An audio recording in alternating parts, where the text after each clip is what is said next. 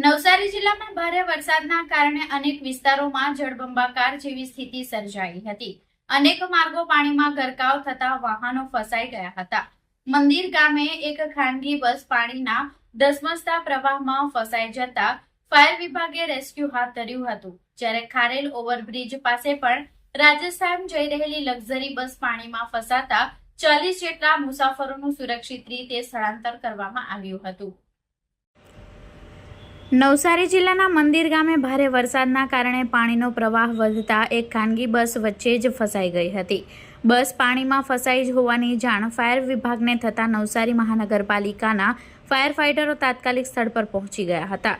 ભારે જહેમત બાદ ફાયરની ટીમે બસને સુરક્ષિત રીતે પાણીમાંથી બહાર કાઢી હતી। બીજી તરફ સાંજના સમયે નવસારીથી રાજસ્થાન જઈ રહેલી એક luxury bus number national highway number 48 પર ખારેલ ઓવરબ્રિજ નીચે આવેલા સર્વિસ રોડ પર ભરાયેલા પાણીમાં ફસાઈ ગઈ હતી।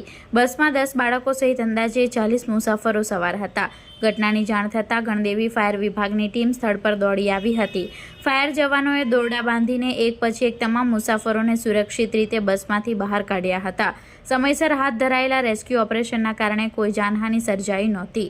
ભારે વરસાદ દરમિયાન પાણી ભરાયેલા રસ્તાઓ પરથી પસાર ન થવા તંત્ર દ્વારા લોકોને અપીલ કરવામાં આવી છે।